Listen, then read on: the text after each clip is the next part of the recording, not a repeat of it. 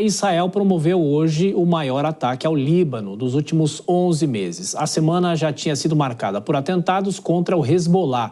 Para falar sobre essa escalada da crise no Oriente Médio, nosso entrevistado, mais uma vez, gentilmente nos atende, professor de Relações Internacionais, Danilo Porfírio de Castro Vieira. Como sempre, uma honra receber o senhor aqui. Professor, boa noite. Obrigado.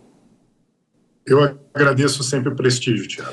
O professor, nós tivemos esses dois ataques nessa semana e agora esse ataque de Israel em Beirute, no Líbano. Eu pergunto para o senhor, esse ataque de hoje escancara uma possível participação de Israel nos outros dois atentados? Isso acaba fazendo com que o clima de tensão aumente ainda mais? Poderemos ter uma escalada de violência ainda maior, professor?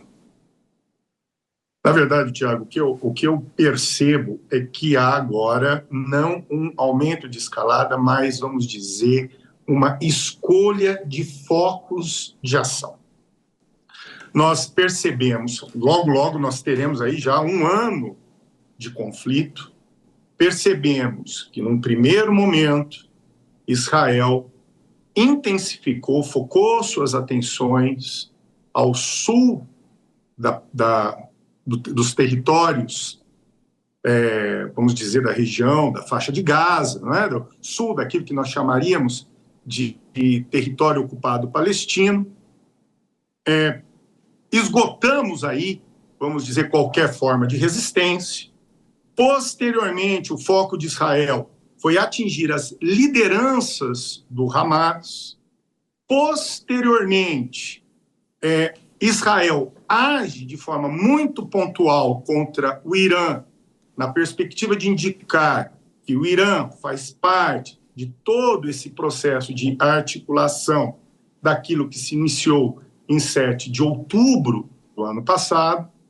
E agora, né, o foco é o Hezbollah, o braço armado, o braço proxy do Irã, que tem uma participação, vamos dizer, intensa nesse conflito iniciado pelo Hamas e que, obviamente, né, tudo leva a crer que essas ações pontuais e discretas que aconteceram contra as lideranças do Hezbollah têm o dedo israelense e, olhando para a história sempre, vamos perceber também que é uma praxis da inteligência israelense ser, vamos dizer, cirúrgico nas ações contra certas lideranças e certos movimentos específicos que atentem contra os interesses de Israel.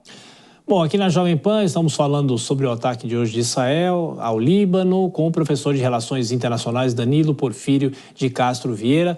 Professor, de qualquer forma, politicamente para Israel, o que representa essa tentativa de atingir o Hezbollah? Porque desde o começo o senhor faz uma comparação ou apontando as diferenças entre o Hamas e o Hezbollah. Uma coisa tem a ver com a faixa de Gaza especificamente e outra com países, né? Porque o Hezbollah não é apenas um braço armado, mas também tem relações com governos, talvez com o Hamas menos, né? De que forma esse jogo de xadrez da política vai se dar no Oriente Médio a partir de agora, professor? Ótimo. Então, vamos só lembrando. Qual é o ponto comum, Thiago, entre Hamas e Hezbollah? Ambos são movimentos jihadistas. Só que quais são as diferenças? Um é um movimento, Hamas, movimento sunita, palestino, vinculado à Irmandade Muçulmana, que tem como foco a discussão da autonomia palestina, do combate à presença israelense na região, a ideia da implementação na região que hoje chamamos de Israel, de uma Palestina muçulmana, enquanto o Hezbollah é um movimento xiita que nasce em função da guerra civil no final da década de 60 no Líbano, um movimento xiita que está, de alguma maneira, ligado e apoiado pelo Irã e que é também um movimento partidário significativo. Então, é como se fosse, literalmente, uma força política e paramilitar dentro do Líbano. Hoje, o Líbano é controlado, em parte, por diversas forças, entre eles o Hezbollah, que é a ação por procuração de todos os atos de violência contra Israel, quando articulados pelo Irã, que é o grande, vamos dizer, a grande liderança xiita naquilo que nós chamamos de arco xiita, que é essa região que abrange Iraque, Síria e Líbano. Ou seja, existe esse confronto aonde o Hezbollah é a presença iraniana contra Israel na região. E, professor, não posso deixar de perguntar o seguinte. Hoje o presidente dos Estados Unidos declarou que, por mais que a situação no Oriente Médio esteja se ampliando com esses ataques de Israel, é possível que haja um cessar-fogo. Será que teremos um ano da guerra ou não teremos, professor?